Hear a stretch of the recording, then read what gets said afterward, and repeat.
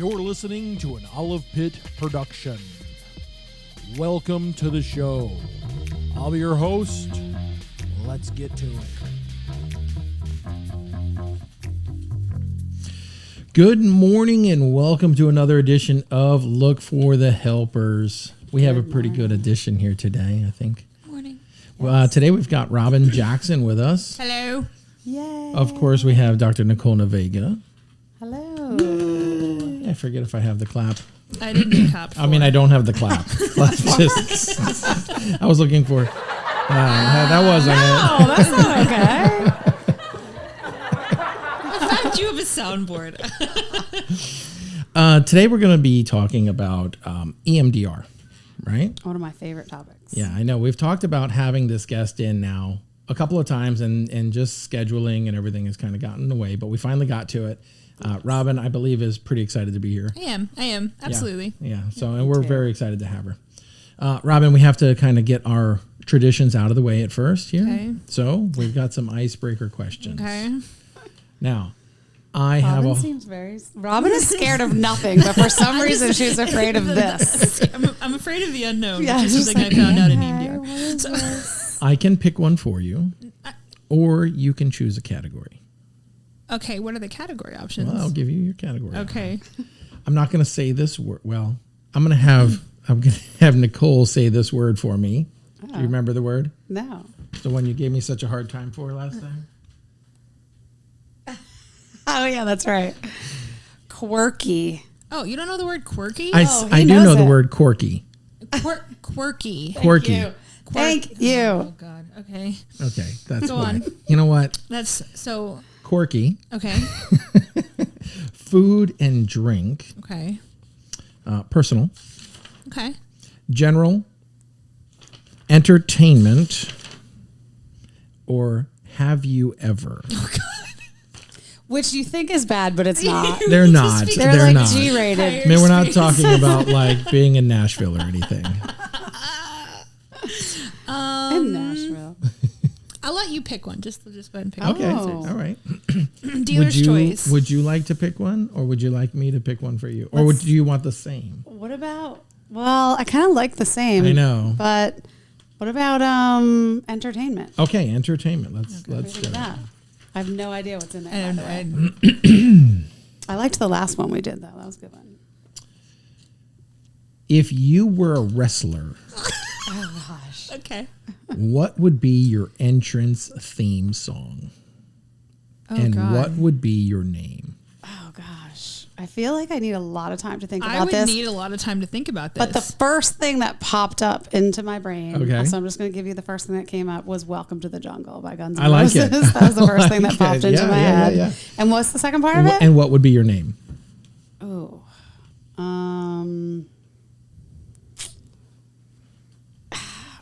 do you guys remember the old American Gladiator? oh my gosh, yeah. Yes. So that was like one of my favorite shows, and I loved. I think Ice. Yeah, I was it one loved of like them? all the names of them. He was the tall I think one, Ice right, was with one of My the favorite females. was Nitro, the guy in Nitro, Nitro. okay. I used to have a mini Nitro, and I would bring him everywhere that I went. I would put him on the table at the restaurant, and when the waitress would, How old were you? I was probably in college. Wow, you don't- I swear to God, I was in college. I was doing it for kicks because my friends thought I was Sure. bananas. But the waitress would, she would say, she would be done with the order, and I'd be like, wait, what about? What about Nitro? You didn't ask Nitro what he wants. I love that so I because feel that's like- I totally feel like- something I would have done. I just feel like I would be Nitro. Okay, all right, Nitro. I'm going to call you Nitro. Welcome to from the now on. Welcome to the Jungle, Guns N' Roses, and Nitro. Next episode, theme song change, and we'll be interviewing with Nitro. Yes, exactly. Do you want me to sew you My a costume? alter ego. I can sew you a Ooh, costume. yes, Oh, yes. that'd be amazing. Could you please? Please do. All right, Robyn. For you, I'm gonna give you "Have You Ever." Okay. All right. I know the answer to that one, so that's not going to be a good one for you.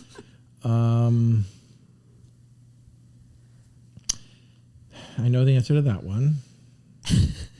You just know How me well so do well. you just guys me know each so other? Okay, well, right? have you ever lived in another state? Yes, I know Yeah. you came from another state. yeah. Okay, yeah. Even I know that. Have you ever been in a natural disaster like a hurricane?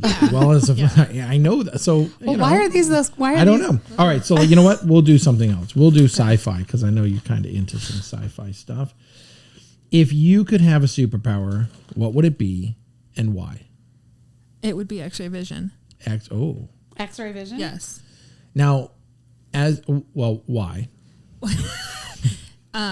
Because there's been so many times, more specifically for work, because there's been so many times that we've gone on calls where people say, I don't know if it's broken. And I'm like, well, they don't give us X-ray vision when we get hired, so I can't tell you whether it is or not.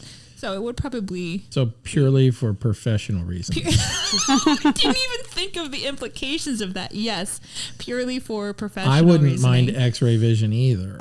Well, so X-ray But I would vision- like to be like, so what I was going to ask is, would you be able to dial in the X-ray? Like, can you determine how deep the layer goes? Because I would like X-ray vision as well, but I would like to be able to control the sensitivity of the X-ray. I don't Just know. saying. I hadn't thought that far. I was just more so thinking about for Professional reasons. professional reasonings. I'll take X-ray vision for personal Okay. reasons. I like it. Yeah. I like it. All right. All right. Very good. So EMDR. Yes. I know I don't know much about EMDR, but we've talked about it several times, and that's the extent of my knowledge with EMDR. So can we know a little bit more about EMDR? Yeah, sure. So, in 1987, Dr. Francine Shapiro. No, it really was developed in about 1987. Sort of anecdotally, this woman, this California psychologist, Dr. Francine Shapiro, basically the legend has it that she was taking a long walk, was having some distressing, it was a distressing moment in her life. And she found that during this walk, if she would move her eyes from right to left rapidly, which was basically like the tree canopies, she found that it was soothing to her and that it was eliminating the distressing thoughts that she had. Okay. So that's when she first developed it, and then they just started to do some research, try out protocols, things like that. And then it became standardized in the early 90s. I think the manual came out, the actual protocol came out in 95. If you go to any EMDR therapist, it's an 8-phased protocol. So it's the same process no matter where you go. Okay. And when you say 8-phase protocol, is it like phase 1 is you come in, we fit you, we do? Yeah. It's okay, basically, okay. It's prep, it's getting some history, it's, trying to figure out, I'm assuming that you're If a it's going to therapist. work for you. Yeah, type if it's thing. good for Okay. you. A lot, the first stages are explaining what it is, right? Right. Most people don't understand what it is or how it even works. So some of it is that. So I'll tell you that. So for those of you who don't know, it stands for eye movement desensitization and reprocessing. Okay. And so essentially what it does in layman's terms is that it uses your natural information processing system, which is complex, but to make it simple, it activates your REM state, the thing that happens, rapid eye movement, that happens while you're sleeping. It activates that while you're awake, while you're doing this, by utilizing a process called bilateral stimulation. Everybody has a different way of using bilateral stimulation. In my office, I have a light bar. The lights go back and forth. There's buzzers or tappers that go back and forth, and headphone that has audio bilateral stimulation. You sync it all up. It goes back and forth, sort of recreating your REM state for you. And during that time, you can use a couple of different techniques, but essentially what it can do is desensitize an event that has sort of a high emotional intensity or emotionally charged event. It can take you from a distress level score of 10 out of 10 to, maybe a 1 or a 2. Most of the first responders that I talk to don't ever say it's a complete 0. Not sure how you feel about that. You can talk about that. But most people say, it's not a 0 on the distress level because it still happened. I still remember it, right? Right. It's not like we wipe memories away. Right. Okay. It's just So kicking it's not like Men in Black. No, no, it's not. It's not. Cool. And so it's just kicking down that intensity level. That's the desensitization part of it. The reprocessing part of it is if people have attached a negative cognition, a negative thought to the distressing event, and they've made it mean something bad about themselves. So something like, I'm a failure, I'm not enough, I'm not lovable, like whatever the thing is, right? We all have core negative beliefs, but if this particular event gets attached to a negative cognition, we really want to be able to take that thought, desensitize the event, and replace that thought with something that is more palatable. It's sort of like, well, the way that we ask it is, how would you rather feel about that event? Okay. And then what happens is in traditional therapy, which we would call cognitive behavioral therapy, and you probably spent years doing this too, right?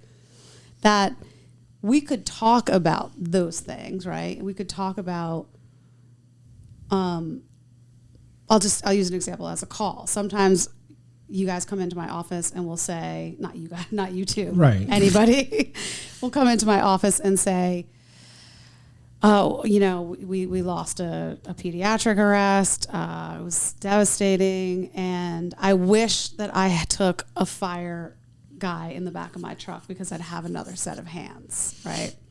So I'm listening keenly for those types of things because that signals to me that they're blaming themselves. Right. And maybe even it's just a hint, but still, we don't want any of our people to be blaming themselves for something that isn't their responsibility, right?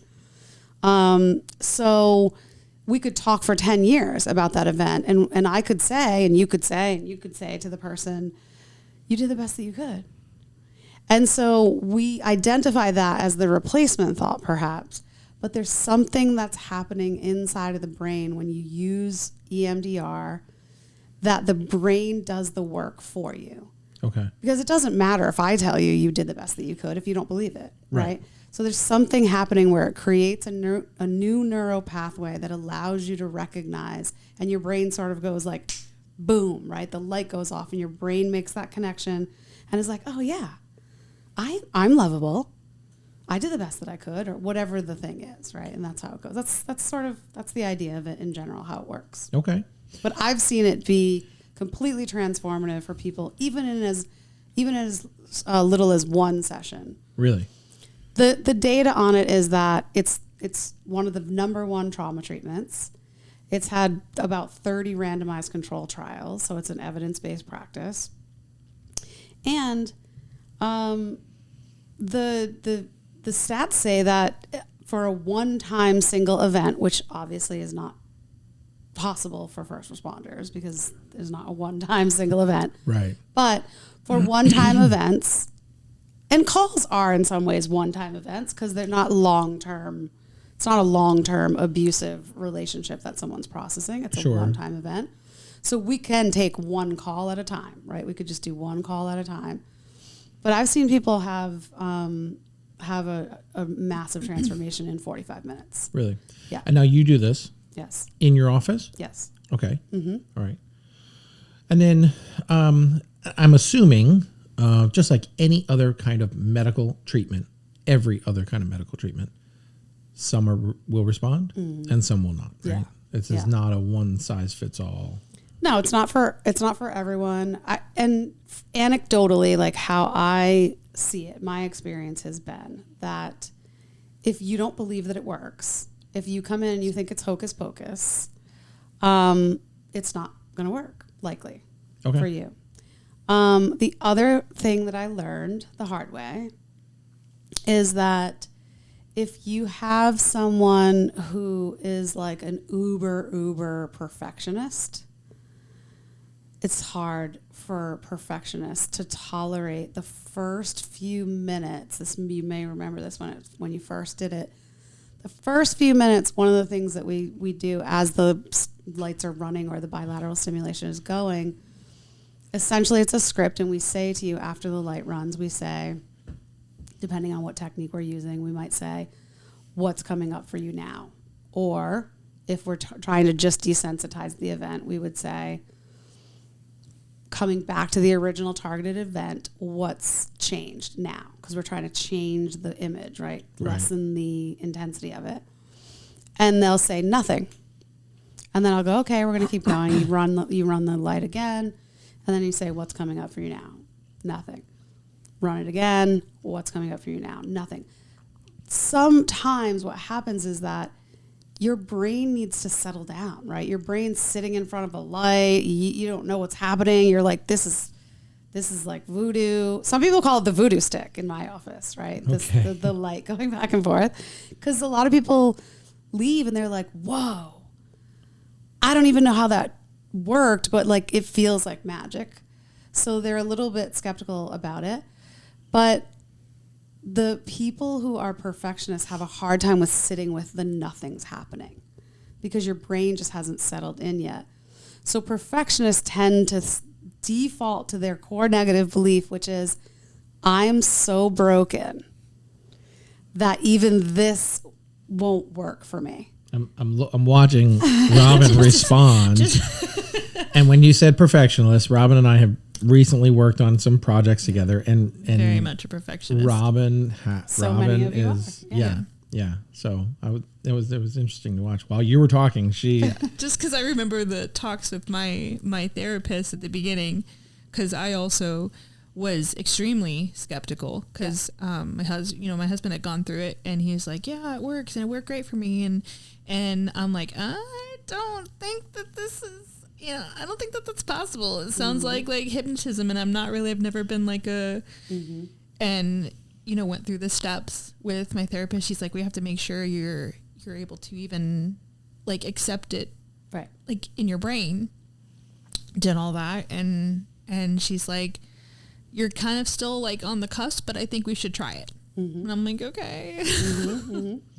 So before you started all of that, what, if you don't mind, what was it that brought you there? So right when I finished EMT school, I got my first 24-hour job.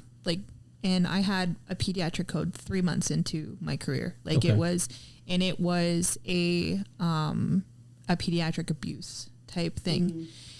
And we ran the call. We had like 4 of us in the back of the truck going to the hospital. And when we got back, unfortunately, I worked for a very small 911, small community county service in Kentucky. And the director, it was a private 911, said, well, you guys probably did more harm than good by having 4 people in the back. So instantly, that's not great. Instantly that had always stuck with in my head. I didn't really realize that call had affected me until, 3 years down the road. When we moved back down to Florida, and I had another pediatric code in the Cape that ended up being the same type of circumstances, and it just brought everything up. So I started going to therapy, just regular therapy. I started doing CPT with Lee Health, which was wonderful. Cognitive processing therapy, because she was able to identify that a lot of what I was dealing with wasn't necessarily the calls themselves, but it was the beliefs that I had in myself and the beliefs of other people and the world around me, that I needed to change in my head, because that's what was causing me like a lot of depression, a lot of anxiety. Even after those calls, getting tones would just, my heart rate would spike to 130. I would think that it's the worst call ever. Hearing other calls, other units getting cardiac arrest, and they're like pediatric, it would just re-trigger all of those. So completed cognitive processing therapy. My therapist diagnosed me with PTSD. And continued, did all the courses with, the trigger points and everything like that, worked through all of it, all the worksheets, felt really good. So I just continued seeing her just because it was good to, I felt like it was good to just see a therapist on the regular. So I saw her like twice a month and just talked about just regular stuff. And then I don't know what point, like it just, in my mindset changed, but I would go through these bouts of depression, and they would escalate into like suicidal ideation, and nobody, I mean, I'm a pretty happy-go-lucky person. I'm very extroverted. I'm always smiling and laughing and joking with people. So a lot of people had no idea that I would come to work, joke with them, and then drive home and think about how I was going to do it. It wasn't until Fred had noticed that a lot of my behavior at home was changing, that he's like, hey, because he had already completed EMDR with you. And I don't know if I should say that, but oops, sorry, honey.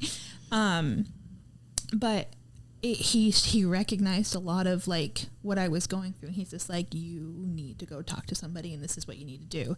And that's when I went through the whole, I'm really skeptical about this. I don't think it's going to work, blah, blah, blah. And I found one through my other therapist, because my therapist had moved to a different county. So it did the same thing. I did like the intake paperwork and intake like meeting with her and everything. She's like, you're kind of on the cusp of may not work, but I'd like to try. So this is the amazing Jeannie, right? No, it was, okay. So I went and I saw Sydney with iBoss counseling. Okay. The amazing iBoss. The amazing iBoss. They were wonderful. Like I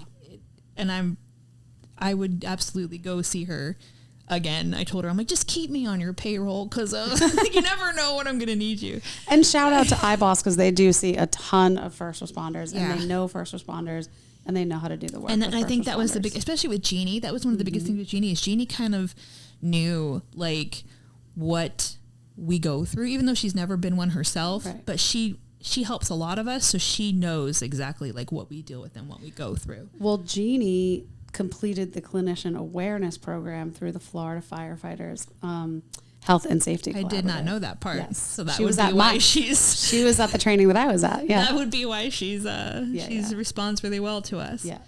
So so I did my intake session with her, and then went for the first time. She gave me the option of using 3 out of the 4. Mm-hmm. The light bar does nothing for me whatsoever. So I had the vibration, the handheld things, I had the earphones, and what am I thinking? That was it, right? Yeah, it's just it. So I had 2 out of 3, and then it was just, we talked about my target points, because having gone through CPT, I knew kind of what I was struggling with, what my beliefs were of myself, and that I had a hard time changing. So I went in with like 7 target points. Mm-hmm. And she would ask me, this is what we're going to talk about. So I want you to think about this, and then I'm going to turn it on. And I would think about that scenario. I would get kind of emotional. She would turn it on, and it would just like floodgates. Yeah. And I had it was all happening subconsciously. Right. Like I couldn't control it. I couldn't it was one of those things that you try to control with your brain, but it was just like, haha, just kidding. You're going to have to work through this, or it's just going to open it up. And, when one of the things that she didn't really tell me is that when you go work through these target points, it's going to open more target points. Right. So, and it went from talking about calls at work and how I felt about those calls and those beliefs that were created on those traumatic incidences about other people, about those parents, about these calls, about myself. It started opening up these other like traumatic incidents that had happened in my life prior to even doing EMS, where my belief may have been created a long time ago, were things from 20 years ago that, whether it was something someone said, whether it was something someone did, directly correlates to how and why I felt a certain way about this type of situation, and why it was so quick to just latch itself onto that trauma. Right. And So I went in with 7 trigger points and worked through them. But I think after I did 6 months of EMDR once a week for like the first 3 months. And then once I started feeling pretty comfortable and working through things, I was able to go to once every 2 weeks. And then, but I ended up with like 21 trigger points that I didn't realize that I had. And it was stuff that wasn't even related to my job. It was just stuff that had gone on in my life. Right. When I was a teenager, when I was young, like even as young as 7, there were things that were said to me by friends or parents that even if it wasn't meant maliciously, right, in my head, it had created a certain belief that when I come up to that situation again, it's instantly a negative belief of myself. Right. And it's like compounded trauma. Right. And you don't realize your brain is even doing it. Right. So going through the EMDR and it's almost like the way I described it to my therapist, it's like your brain opens up. It's like you're literally Hannibal Lecter, and your brain opens up and you're just sitting there and you're just like picking out these little pieces, and it never goes away, but it's like they were just moved. Where instead of being like on the very forefront of your head, like it's not the first thing. If I hear a pediatric code, the first thing I think of isn't mine, isn't negativity, I hope that the crews there are, with it and mentally capable and like all these things. Like I used to think, oh my gosh, what did the parents do? Like it was, oh my gosh, how dare, it was always the first negative thing. And it never goes away. It's never going to go away. It's always going to be in my head, but it affects me less. Right. Whereas tones still give me anxiety because they're loud and very aggressive, but it doesn't give me that jump in heart rate, that instant, oh my gosh, where it's, oh my gosh, this could be the worst call ever. It's okay. This is going to be a call. We're going to go in. We're only going to be able to do our best. We can only do what we can do. And that's that. And once I was able to start looking at that differently because of EMDR and changing that belief structure in my head, I feel so much better. So there's so much to unpack. I know. I'm sorry. I was rambling for a little while. It's all so good. So much to unpack. But I want to go back to what you said about, I should have a notepad. A notepad here. I want to go back to where you said that it was, these aren't your words, but when you said it, these were my words that came into my head. And I thought one of the things about therapy, and particularly EMDR, is that, and we try to tell people this, is that sometimes it feels like it gets worse before it gets better. Yes, right? Absolutely. Yeah, and I can only imagine that this process is unlocking your brain, right? Like, because we take these things in and we store them, and then as providers we bury them. You shove them down, yeah. Right, and then I can imagine this is just like saying, okay, open this box, and whatever's in that box is coming out, right? Yeah. Well, it's classic Pandora's box. That's what, and that's honestly what it felt like. Is it did probably within the first month and a half. I cried the most I've ever cried in my life. Right.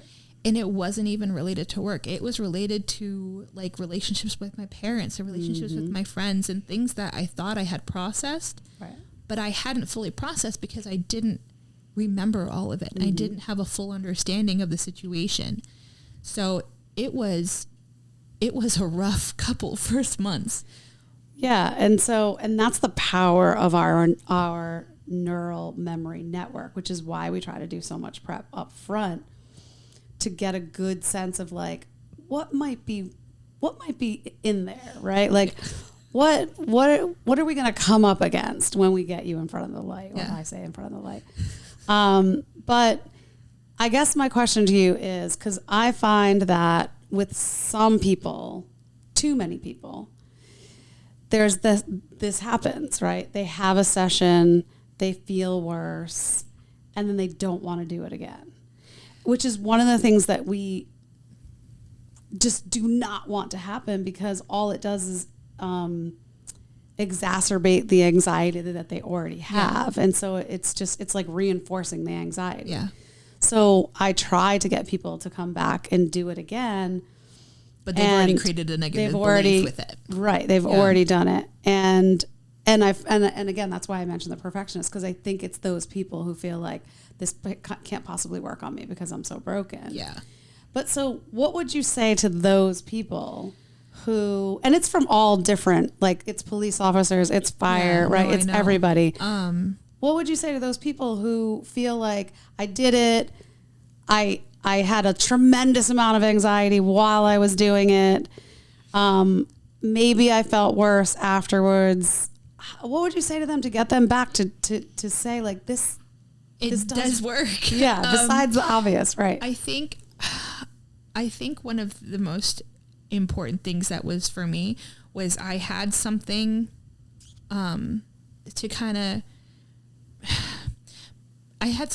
of bring me back down from that anxious feeling. So after, like before my appointments and after my appointments, I listened to music that had specific words and specific things that would kind of prepare my brain for going into that mentality. Because if you're not in that, for me, if I wasn't in the I'm ready to talk about this, I'm ready to work through it, then I would go there and it would negatively, I wouldn't feel like it would be beneficial for me.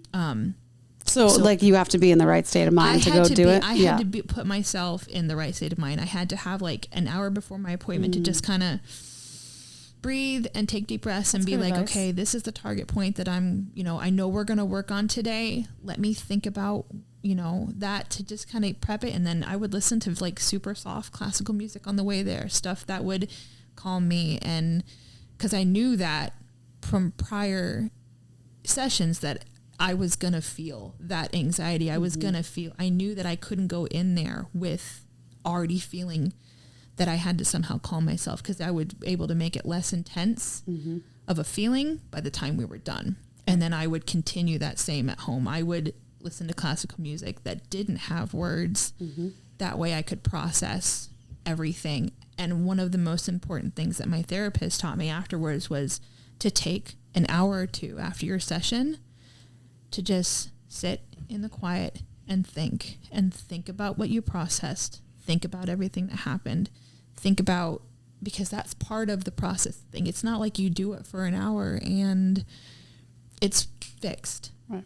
Some of it was on my own at home. I created a little safe space in my bedroom that has like a relaxing chair and, lavender lights and smells. That was just like a calming area. And after every session, I would go home and I would process in that privacy. And thankfully my family knew, so they left me alone. And,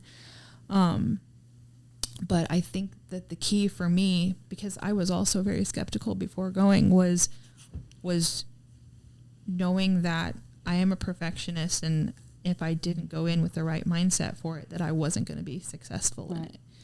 But it sounds like that's the other ingredient, is that you're committed. Yeah. Right. And I think part of it was that if I were to have never gone to therapy in my life and then gone to EMDR, I don't think I would have been as successful with it. Right. I think that doing the CPT and attending a therapist and already having an understanding about how the belief system works in your head helped me even more with EMDR. Had I not gone through any of that, had I never been to a therapist in my life, I think that if I had gone to it, it would have freaked me out and I would not have been able to process what I was experiencing in the same way that I did, because I had the same type of processing already with CPT. Because it can be scary digging into your memories from 20 years ago that you forgot were even there. Right. Or never even knew were there. Or never even knew were there, or just were minuscule at the time.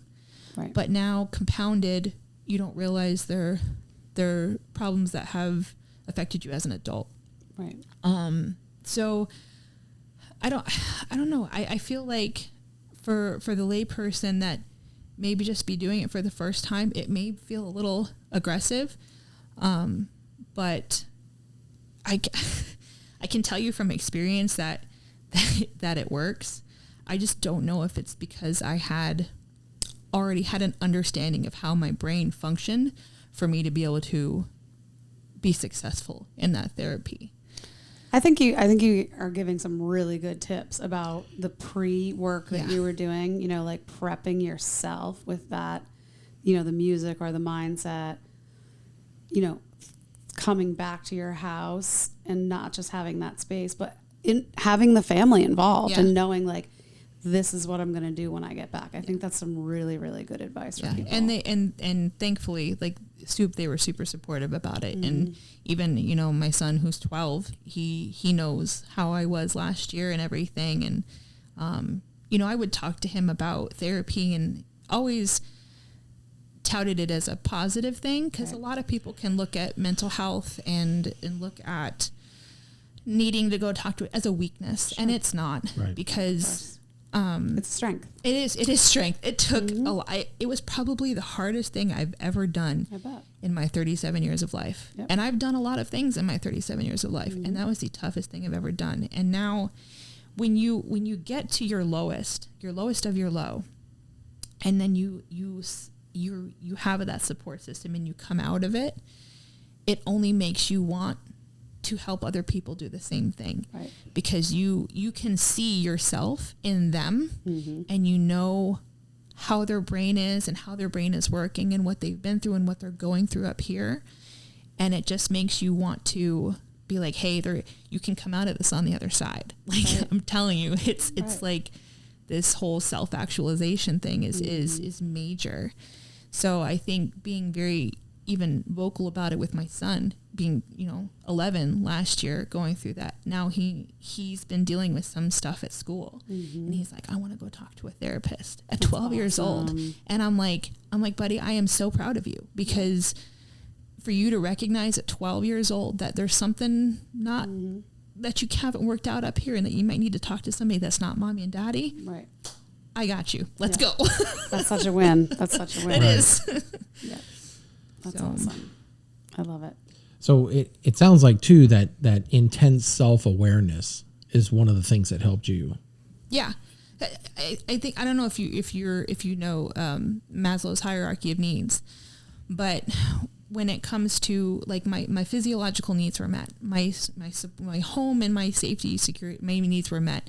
You know, the love and belonging, I was working on that, and it wasn't until I finished EMDR that I got to the very top of that pyramid, and I'm like, oh my gosh, I want to help other people get to the top of this pyramid. That's self-actualization. That's self-actualization. You know, and he added another one later on that was self-transcendence, where you have, you know, you believe in a higher power than yourself and everything. And I'm slowly getting back to that, because I was like raised in church and everything, and that stuff takes time, because when you do have some traumatic beliefs tied to that, it's hard for that to go back to that. But you know, but the self-actualization and wanting to help other people do that, because you've seen like how you feel at the top of that pyramid. It's just that people don't always have those bottom parts of the pyramid. That's true. And it's hard to get to that top when you don't have those others. Yep. So, sorry, was that your question, Brian? Yeah. Okay. yeah. No, I mean, I was just saying, you know, you were very self-aware of what you needed. Yes. Yeah. And I feel like that probably helped your experience and helped you get through everything that you were going through. I wasn't at first, though. You know, I didn't spend all of last year like being like, I know this is exactly what I need. I had people around me that had been through going through the same thing, or had those experiences that I had talked to, that were like, hey, you know, this may be what you need. Yeah. Like I remember long conversations with Henderson about it. Like he recognized my behavior was different at work than it normally was. Right. And it wasn't until, you know, other people were like, hey man, you seem kind of down lately. I'm like, no, I'm good, you know, and just telling myself that. But other people were able to recognize that, hey, something's off about Robyn. And I think having those people that you don't, like, they're work buddies or acquaintances, they're not like in your life every day, but they recognize those parts of you that may be different than what they normally see from you, even if they see you very minimal. It took a little bit for me to recognize that other people were seeing it. You're right. That I wasn't seeing it myself. Right. Thank God for those people. I know. Right. Thank God. Like I know we're all one big family, but I think that having those people in my corner that I may not talk to every day, I may not see every day, I maybe see once or twice, 3, 4, 5 times a month, but knowing that they recognize that something was off about me, I'm like, maybe there is something off about me, you know, because you don't pay attention to those things yourself, because you just play it off to, you just play it off to, this is part of being an adult, you know. It's not part of being an adult. It's really not. It's trauma that you've packed down for years and years and years that you don't realize is now affecting you as an adult. Right. Yeah. So when you see a patient, is there something, and this is, I guess, you know, maybe a question for those people that are out there listening that are like, oh, well, maybe this is me. Like, is there like a set criteria? I don't want to say criteria, but like, is there a set of role that you see in these patients, and then that identifies them, or that they can, or is it like a trial kind of like, hey, let's try this? Or so the thing about EMDR is that everyone thinks that EMDR is the flashing lights or the tappers or the headphones, right? They think like that's the thing. Right. But the truth is EMDR is a sort of very comprehensive model, and it steals from a bunch of different models that already exist. CBT is one of them. Cognitive behavioral therapy is one of them. The main principle of cognitive behavioral therapy is that idea that you have a core negative belief and we want to replace it with a positive belief. Right. That's part of the that's part of the R, right? The reprocessing part. There's also an element of narrative therapy in there, meaning what's the stories that you tell about yourself and about your life, and how do we rewrite those stories? That's part of EMDR.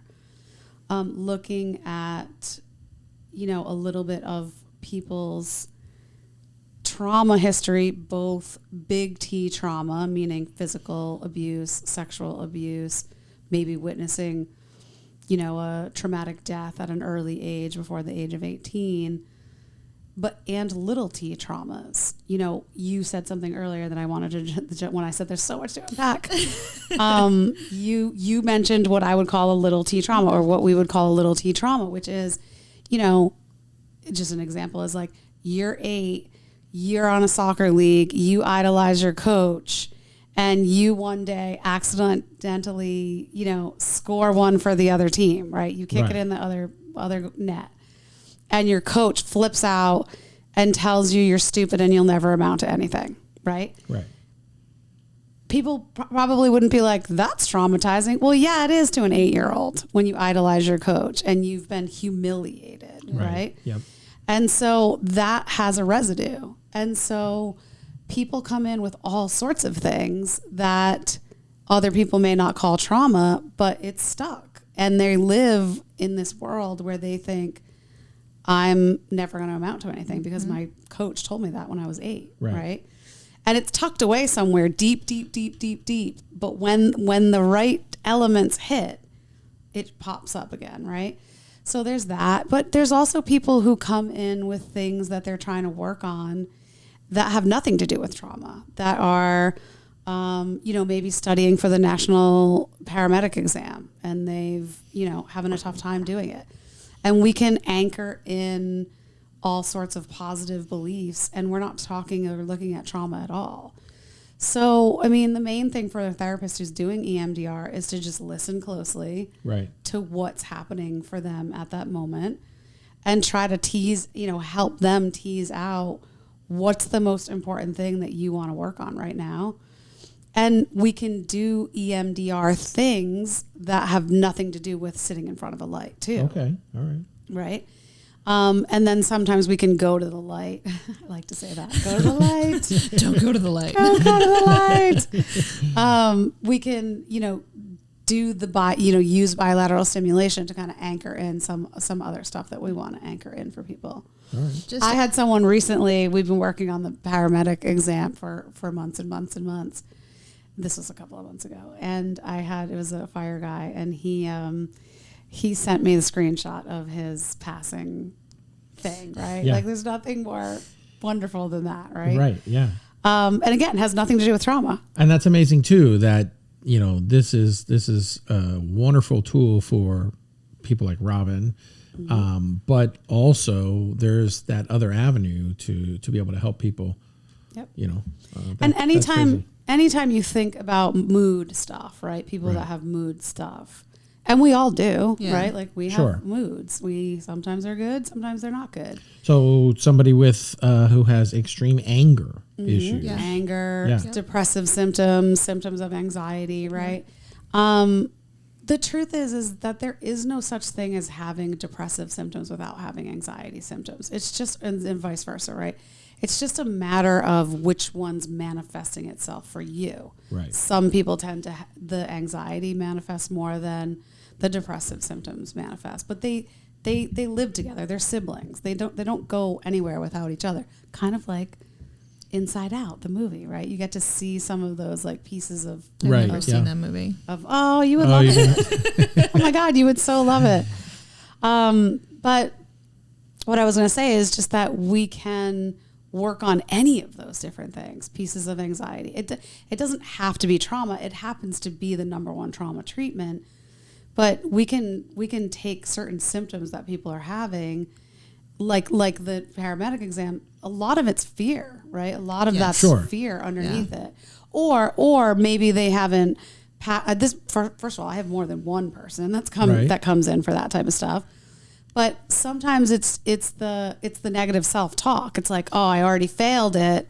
Right. So I'm a failure. And that comes from some other place long ago, right? It has nothing to do with what's happening right now. And if they come in with that belief already, they're going to end up, and then unfortunately, if they end up failing, it just reinforces that belief even further. Yeah. And then that just becomes a cycle that they believe. Exactly. Yeah. And I can't think of anybody that comes and says, "Oh, I'm the best test taker." You always hear like, "Oh, I'm horrible test taking," and it's anxiety, right? It's all fear. Anxiety and fear. Yep. Yeah. And there's an element of that process between the therapist and the person that's coming in with that, which is normalizing that, right? Like, you're not the only person that has fear coming into this test. Everybody that takes this test is completely fearful of it. It's really about uncovering what are the belief systems that are going on in the background that are running the fear that they're going to fail or that it's too hard, right? Like even just having a mindset that says this is too hard, having nothing to do with failing. Well, if you believe it's too hard, like it's going to be too hard. right? So it's putting that stuff under a microscope and just trying to switch that mindset, getting into a new mindset. Yeah, that's very cool. Yeah. Very cool. So it's for everything. I mean, it works for everything. And again, not for everybody. Not for everybody. It's not for everybody, but though. The fact that there's other options out there like CPT and CBT that are, granted, I mean, I was successful with both of them, but I, got to that point where CPT just wasn't enough anymore. There was something still. And it wasn't until I went through CPT that I realized that there was something still further on in there that I couldn't figure out. And that's when you go to EMDR. And it was just finding, it's not that CPT didn't work. It was finding the right therapy for me. Much like medications, when people are prescribed them, it's just finding the right dose and the right type for it to work for you. It's the same thing with finding a therapist, finding the right therapist too. Like it wasn't, I had gone through I want to say so many because that sounds terrible, but finding a therapist that you're comfortable talking to, that makes you feel that relaxation, who you feel is actively listening, makes all the difference in the world. Because if I didn't have, Lori, or if I didn't have Jeannie or Sydney, I don't think I would have had the same experience. Sure. Right. I imagine it's much a chemistry issue, just like any other relationship. Yeah. You're getting personal, right? And if you don't have that chemistry, you don't have that safety, you don't feel comfortable, you're not going to have results like you would. I think finding that's because, a lot of people will end up going into therapy feeling like they're already being judged. Right. So if they already have negative connotation beliefs with judgment against them, or whether people are looking at them wrong, it's hard to get that braveness to like go and talk to somebody who you don't know from Adam about some of the most vulnerable aspects of your life, thinking that they're going to judge you, and finding that someone who just looks at you like you're just like every other person, like, it happens, let's work through it, was the biggest thing for me.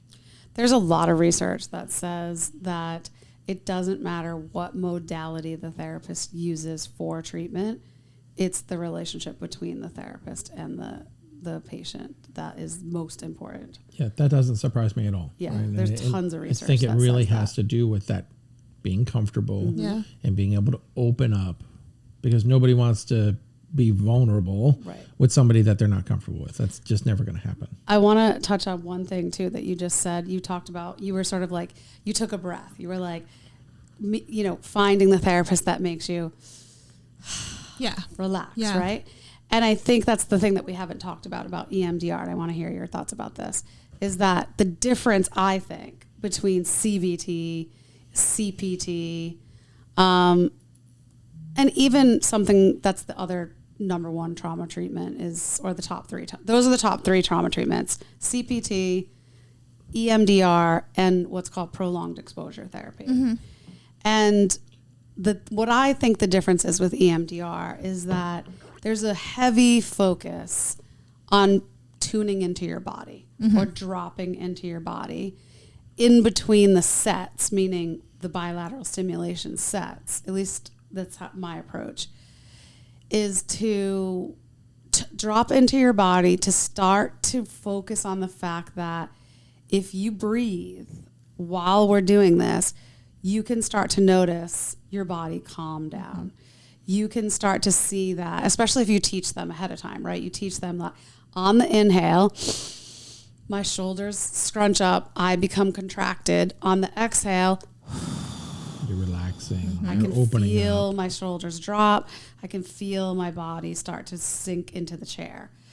So I sort of repetitively say that on each set and say, notice your shoulders drop on the exhale.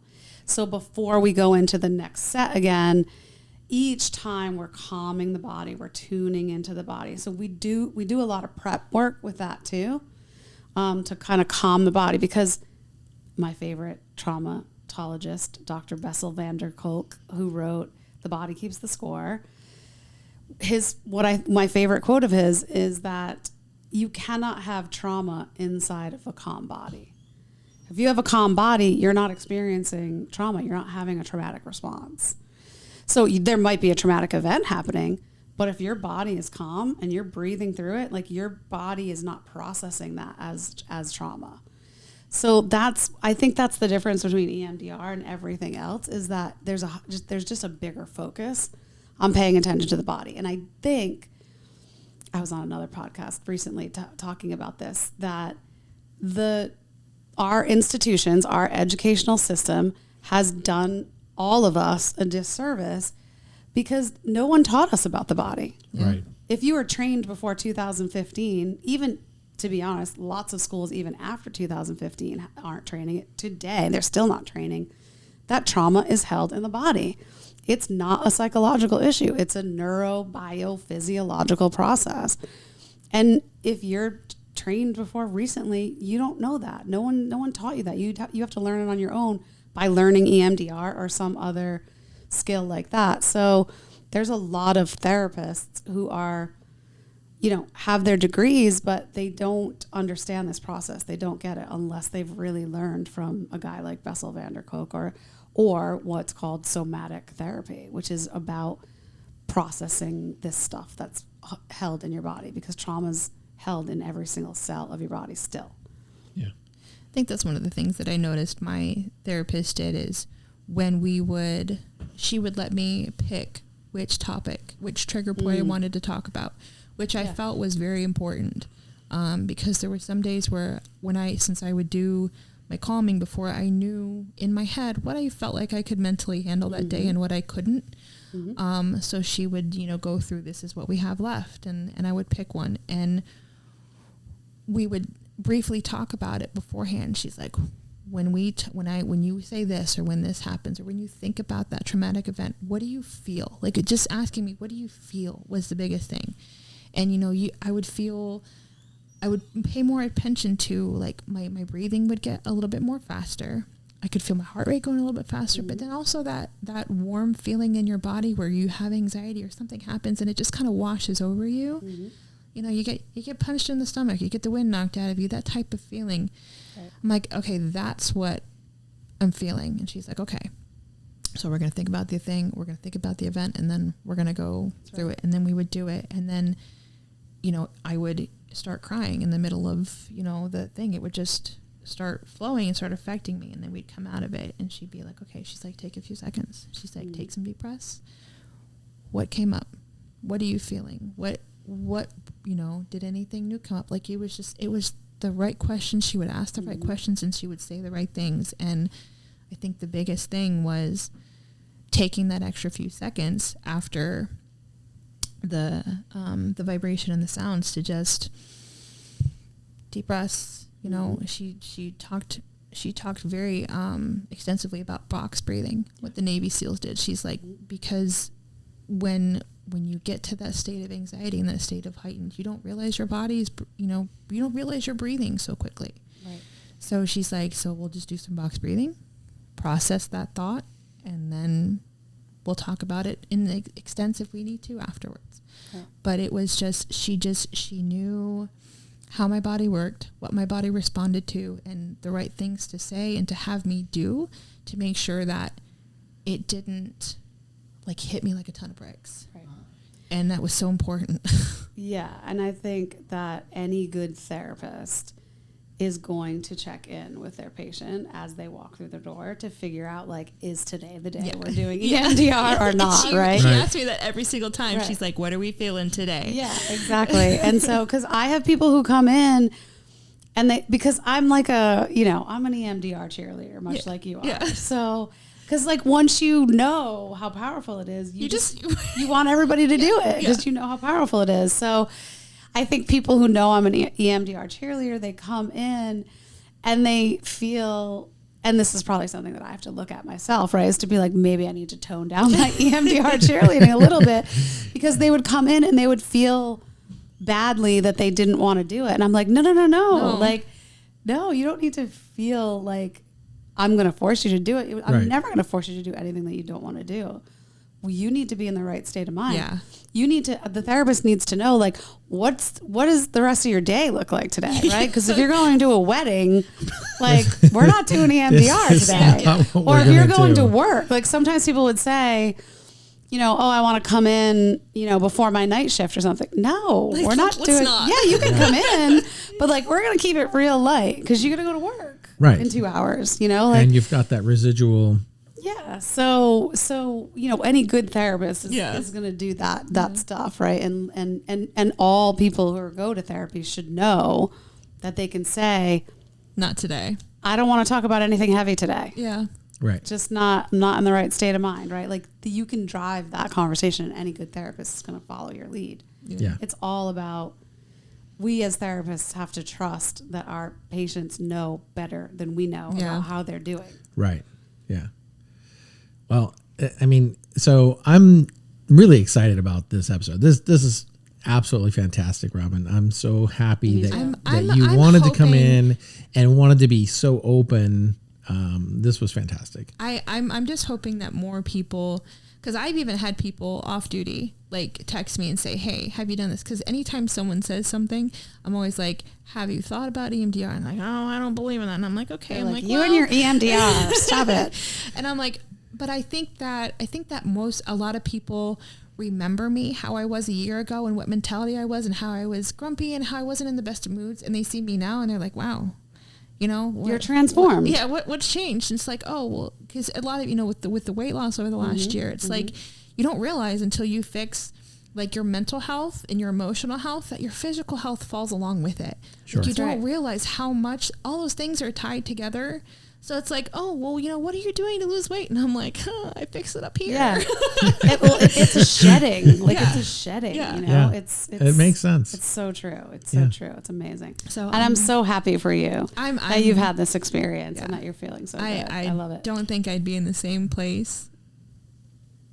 I did not think like a year ago that I'd be where I am today if I didn't do EMDR. Yeah. You know? I have a question too that I had thought of earlier and I just had never gotten to. So any of the traumas that you had before, you had gone through EMDR and you went through those trigger points, right? Is there a thing like where if one of those trigger points comes, like, do you go back and redo on those trigger points? No, so I don't go. So what? Okay, it's weird. So when you have those trigger memories, at least for me in my head, I've already learned how to process those. So if it pops up, it's almost like you're talking yourself out of it. Right. Okay. So you'll have a trigger point that comes up and it's like, oh, well, this was my fault, or that person died because of me, and it's automatic. It's like you retrain your brain, and it's like you automatically think like, well, no, here's 8 other different situations that could have happened, or hey, it's almost like you're teaching your subconscious to talk positively about yourself so that you believe it yourself. So it's not even, once you do it enough, it becomes just automatic. And so maybe that answers the second part of my question is, what about new traumas? Same thing, right? Same thing. So you've taught your brain. So this is like, teaching you how to deal with everything that you've had and kind of hashing it out inside yourself. Yeah. But also teaching you for the future of how to deal with something that comes up. And it's one of those things where you learn so much about how your brain works and how your belief system works within yourself, because everybody's is different. Sure. That when something happens, whether it be a minor situation or a little trauma or a big trauma, you're able to identify in your head whether or not it's something you're able to work through. And I think that's been my biggest thing, is that little traumas compound to big traumas if they're not dealt with or they're not processed properly. And I'm able to process those little traumas like this, like it's, like a deck of cards. And I think that helps make those big traumas not feel so big. But I also can identify that if that big trauma gets too big, I'm like, I can just call my therapist and be like, hey, I need a session. I got to work through this one thing that I can't get through in my head. I can't process it. It's not like I can't just work through it. And she'll be like, okay, let's do it. Because we can even just talking to her telehealth. I don't necessarily need to do all the stimulation. Sometimes it's just talking to her about it. So I can just hop on telehealth with her and just be like, hey, this is what happened. And she's just like, this is what we're working through.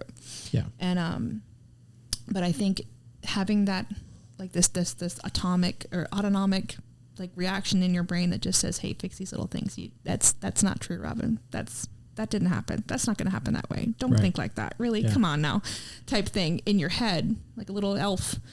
You don't even realize is there. I think you're talking about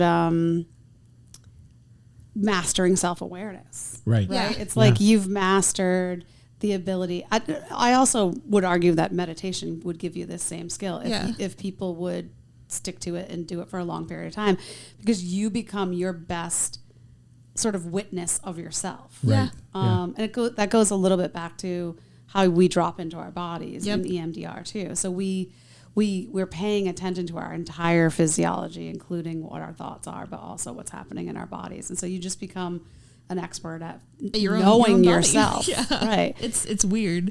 And that's a huge part of it, because normally we're just like a brain walking around, or we're a head walking around on a numb body. We're an autopilot. Right. We're on autopilot. Yeah. So essentially you've become a Jedi.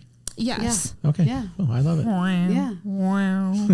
That's right. I think the other thing too, one last thing I'll say about EMDR in terms of the approach is that to your original question, is that we think of it from a perspective of, let's look at what it is that they're saying are the issues, and let's try to figure out what are the core negative beliefs that are underneath these things. And when we can if we can identify what's the core, what's the real bottom line root cause, if we take the root first, the idea is that if you drew an octopus and it has a head and it has 8 tentacles, and if you think of the root cause being at the head, if you can deal with that root cause, or I'm going to mix metaphors, chop the head of the snake, i.e. octopus, the idea is that the tentacles will fall away because they've led to these other things that have happened. Some people aren't ready to go back to what the original core negative belief is because it's too much. It's too traumatizing. So you have to take it childhood trauma. One so then we ask time. people, we say to people, I'm not sure if they did this with you, but we look at it from this perspective of what's the first, worst, and last thing that happened to you based on this core negative belief. And if they're willing to talk about what the first is, that's the way that we want to go. Okay. Not everybody's ready to do it, because the idea is that our neural memory network is so powerful that if your core negative belief is I'm not lovable, and you think it's about the relationship that you're in today, when you get in front of the light or doing the bilateral stimulation, that core negative belief, if you're not watching me, I'm going to do something with my hands. Your neural memory network is going to take you all the way back to when you were, 5, of the thing that happened when you believed that you were unlovable. Right. Having nothing to do with what's happening today. Yeah. So if we can get there first, sometimes we can cut away all this other stuff, and then miraculously the current day relationship goes away. Yeah. And we never really talked about the current day relationship because we dealt with the core root issue. Yeah. So that's kind of how we think about it. But again, we go where our patients are willing to go. Sure. Right. So that's the approach. Yeah. Amazing stuff. It sounds like truly beneficial and amazing. So, Robyn, thanks for coming in today. You're welcome, Thanks, sir. Robyn. Absolutely. Amazing. And if ever in the future you'd like to join us again, we always have a spot on the couch for you. I don't know what I'd talk about. Well, I don't know. I'm sure you could find something. I'm sure I could find something. I have a Jane of all trades. That's right. and a Jedi. And a Jedi. Yeah, I Jedi think, of all trades. I love that. Yeah, we I'm gonna have to go get some Star Wars tattoos. There you go. Perfect. All right, guys. What a great episode. Thanks again, Robyn, for joining us. And thanks for having me. Yeah, absolutely. And we'll catch you guys next time. Thank you. Bye. Thank you. Bye. Bye. See ya.